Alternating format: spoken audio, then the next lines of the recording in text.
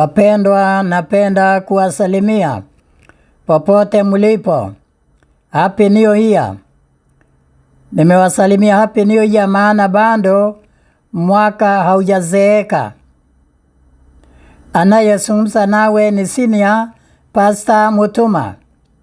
Nimependa kuongea nawe mpendo wakati huu kwa sababu Mungu ameona ni vema nizungumze nawe kuhusu wimbo ambao unapendwa sana na waimbaji ambao wanaimba kwa lugha ya Kiingereza, Kiswahili na hata Kikuyu, na nimeona pia hata Wanjaluo wanaoimba.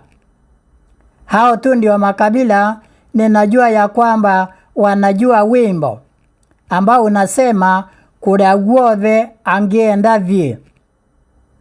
Lakini nilijaribu kutafsiri wimbo huo kwa Kimeru, ingawa sio Wameru wengi wanaujua. Wimbo huu niliujua zaidi ya miaka 30 iliyopita, maana nilifanya kazi Kikuyuni miaka zaidi ya 30 iliyopita, na nikawa ninajifunza kuimba nyimbo kwa lugha ya Kikikuyu katika kitabu kiitwacho Nyimbo cia Agendi. Ni wimbo ambao unapendeza na una mafunzo ya kujenga sana. Basi kabla sijaelezea habari za wimbo huu, ningependa tuombe. Baba, kwa jina la Yesu sema nami, nipe maneno ya kueleza msikilizaji mpendwa, maneno ambayo yatamsaidia kuwa na tumaini la kukutegemea, na pamoja nami pia maneno hayo yanipe tumaini la kukutegemea. Kwa jina la Yesu nimeomba. Amen. Wimbo huu mpendwa ambao nasema kuria guothe angiendavie ni wimbo ambao ulitungwa na mtunzi ambaye pia alitunga wimbo ambao unaimbwa kwa lugha ya Kiswahili, Tarumbeta ya Mwana. Ni wimbo ambao unaimbwa kwa Kiswahili, Tarumbeta ya Mwana. Tarumbeta ya Mwana. Wameru pia wanaimba wimbo huo ambao unasema riria soro ya Mwathani ikaringwe iguru.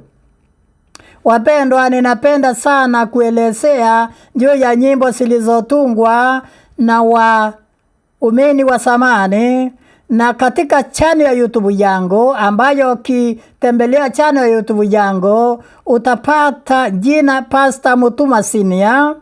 Utapata nikielezea nyimbo ambazo zilitungwa na watunzi wa zamani ambao walivuviwa na Roho wakatunga nyimbo ambazo zilikuwa ni mahubiri. Lakini shida ni kwamba kuna watu wengi wanaimba bila kujua watunzi walikuwa ni nani na bila kujua maana ya wao kutunga ilikuwa ni nini. Ukitembelea channel yangu utapata nikielezea watunzi wengi waliotunga. Hebu kwanza niimbe wimbo huo, kisha nitakuja kuelezea mambo machache kuhusu wimbo huo, kisha nieleze mtunzi alikuwa nani, alisaliwa lini na akafa wapi, na nieleza historia kidogo, lakini sitaeleza kwa kirefu kwa sababu historia yake nilielezea katika wimbo usemao Tarumbeta ya Mwana. Kama nitaelezea kwa kirefu itakuwa ni kana kwamba ninarudia historia yake tena, na haitakuwa sawa. Haifai kurudia historia tena, lakini endapo ungependa kuijua kwa kirefu, tembelea channel ya YouTube yangu, tafuta wimbo usemao Tarumbeta ya Mwana, utapata historia ya mtu huyo kwa kirefu. Wimbo wenyewe unasema kuria guothe angiendavie ndikarega ore tondo ningoririkana wene angwirire kalwari Jesu ni arinda goraya utuko ona muthenya ni mwendwa wakwa wa ngoro ndaririkana Kalvari nenyendete watho wake anyitete guoko gwakwa ningenagio nĩ thakame ĩyo yaitĩrwo Kalvari. Jesu nĩarinda ngoraya ũtukũ ona mũthenya nĩ mwendwa wakwa wa ngoro ndaririkana Kalvari. Nganja onagwo yandire muhonokia hakuhĩ njĩrĩgĩrĩire ngamwona nĩ mũrata wa Kalvari. Jesu nĩarinda ngoraya ũtukũ ona mũthenya nĩ mwendwa wakwa wa ngoro ndaririkana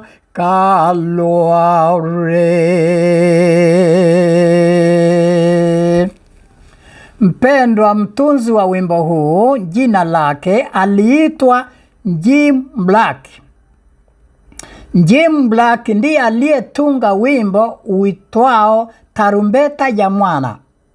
Mpendwa, kama ungeelewa namna alivyotunga wimbo huo, hakika ungeelewa ya kwamba mtu huyo alivuviwa na Roho, hata akaelewa namna Yesu atakuja wakati ambapo tarumbeta itapigwa, wafu wafufuliwe.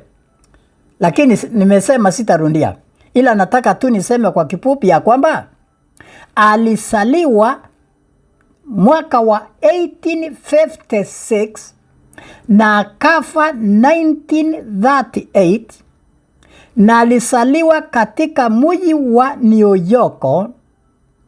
Ndio, alisaliwa New York 1856 na akafa 1938, na yeye alikuwa ni mshirika wa kanisa la Methodist.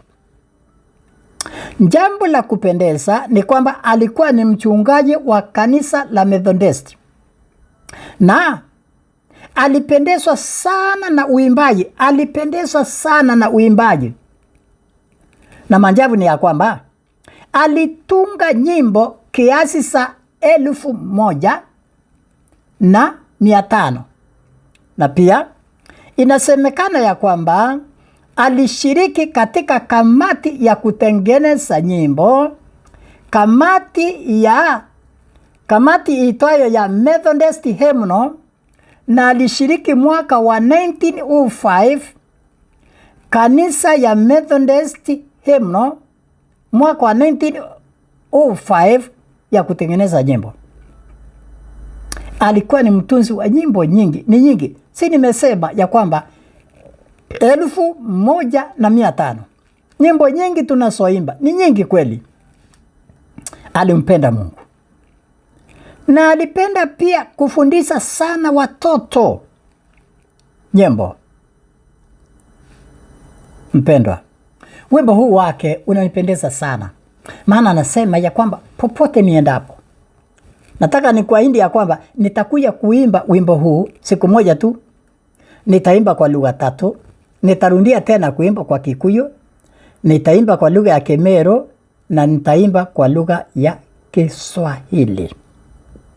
Nashukuru Mungu kwamba wimbo huu nimekwisha sema ya kwamba niliujua kwa Kikuyu takriban zaidi ya miaka 30, nikatafsiri kwa lugha ya Kemero zaidi ya miaka 20 iliyopita, lakini wiki hii nimekuja kujua kwa lugha ya Kiswahili, na unapendeza sana. Lakini kwa kuwa kuna mtu ameusikia nikiuimba na haelewi Kikuyu, mimi naelewa Kikuyu kidogo, anaposema kule guothe angiendavi, ya kwamba popote niendapo au popote atakaponituma sitakataa, nitakubali, nitaenda. Maana ninakumbuka ya kwamba alinifia msalabani. Nilipokuwa nafikiria juu ya wimbo huu, nikakumbuka ya kwamba kuna wahubiri wengi wanatumwa mahali kuhubiri, wanakataa. Nakumbuka hata mmoja alitumwa mahali kuhubiri, akasema kama mnataka niende huko, lile gari ambalo litanipeleka huko munipe, linipeleke kwangu nyumbani. Maskini. Na nadhani alikuwa anaimba wimbo huu lakini hakujua maana yake. Kama angelijua maana ya wimbo huu, aimbe na ajue maana Njimu Blaki kutunga wimbo huu, hakika angekataa.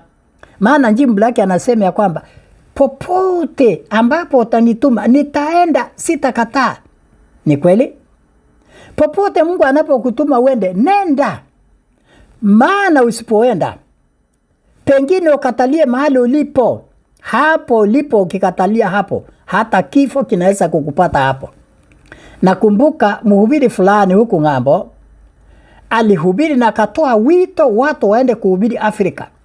Kijana mmoja ambaye alikuwa ni msasi mchanga akajitolea na bibi yake kwenda Afrika kuhubiri. Wasasi wa yule mke wakasema hapana, hatutaki binti yetu aende Afrika kufia huko. Lakini maajabu ni ya kwamba baada ya muda mchache yule bibi akafa. Wasasi wa yule bibi mchanga wakasema laiti tungelijua, kama tungeruhusu huyu kijana aende na binti yetu Afrika, huenda asingekufa. Mpendwa, kama Mungu anakutuma popote uende kuhubiri, wewe nenda. Mungu atatembea na wewe kama alivyotembea na wana wa Israeli. Alitembea nao takriban miaka 40. Wale waliomwamini kama Yoshua na Kalebu walitembea naye miaka 40. Aliwalinda na wakaenda na wakafika Kanaani. Ingawa ambao hawakuamini walifia jangwani. Lakini Mungu ametuahidi wapi? Katika kitabu cha Isaia, niruhusu nisome pale ndio nimalizie. Sitaki kuongea mambo mengi.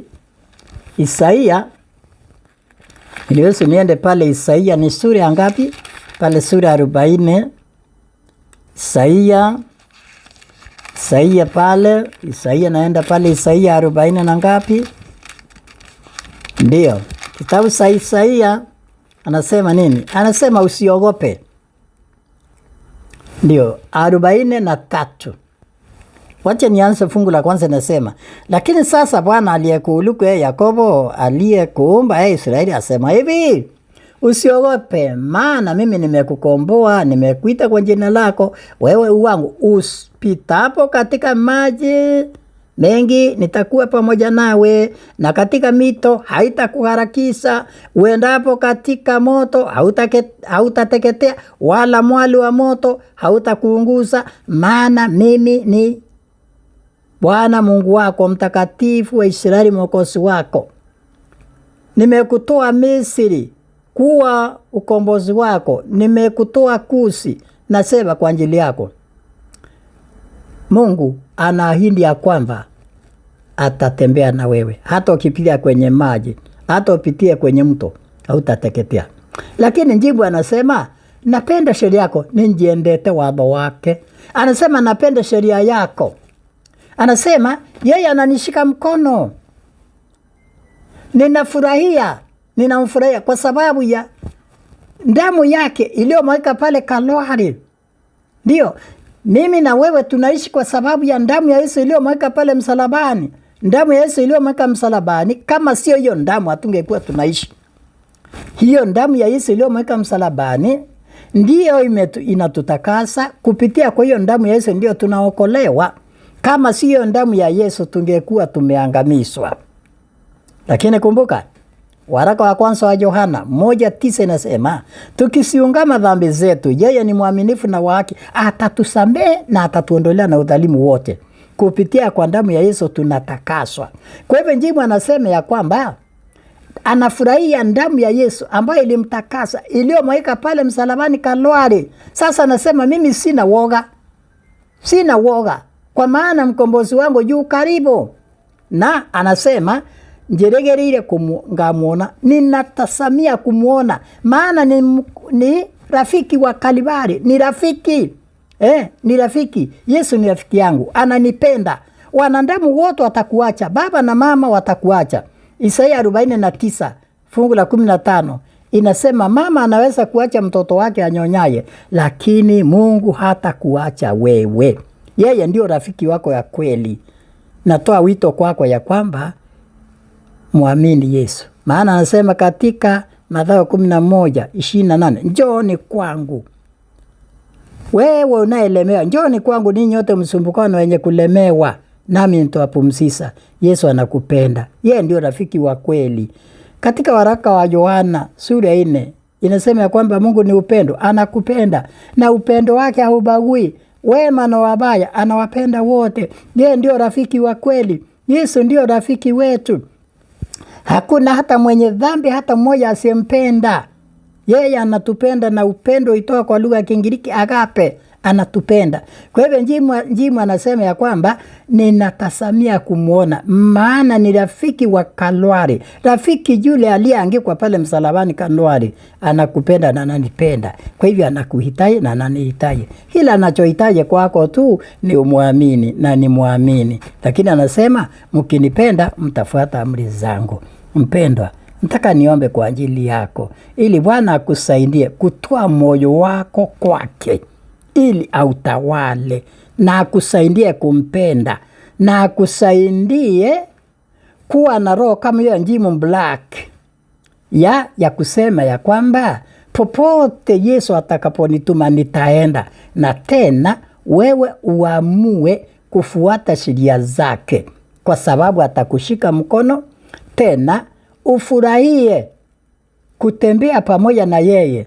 Tena uwe na imani ya kwamba damu yake iliyomweka msalabani tu ndio inaweza kukutakasa. Uwezi kujitakasa, uwezi kujihesabia haki, lakini yeye anapotutakasa anatuhesabia haki. Hebu niombe kwa ajili yako. Baba, kwa jina la Yesu, bariki msikilizaji mpendwa, nibariki nami pia, tusaidie kukuamini wewe kama Mwokozi na kama rafiki yetu aliyeangikwa pale msalabani Kalvari. Tusaidie kukuamini na tuamini ya kwamba kupitia kwa damu yako tunatakaswa. Baba, bariki msikilizaji mpendwa, nipe nafasi tena ya kukutana naye kupitia kwa mahubiri mengine utakayonipatia. Kwa jina la Yesu Baba, ninaomba utupe moyo wa kukupenda. Tusaidie kujitoa kwako. Tufundishe kuomba, tuongeze imani. Baba, ninaomba usaidie msikilizaji mpendwa aweze pia kuwa na hamu ya kutembelea channel ya YouTube yangu ili apate mengi ambayo nimenipatia ya kufundisha na kuelezea wapendwa, ili wapate kukujua zaidi. Kwa jina la Yesu nimeomba. Amen. Amen. Mpendwa msikilizaji, endapo ungependa kujua mengi ambayo nimefundisha, nimesema tembelea channel ya YouTube yangu, tafuta jina Pastor Mutuma Senior, utapata mengi ambayo nimefundisha. Ndio? Lakini endapo ungependa nikifundisha, fundisho liingie kwenye simu yako mara moja, naomba usubscribe. Asante kwa kunisikiliza. Mungu akubariki na akutendee mema. Amina.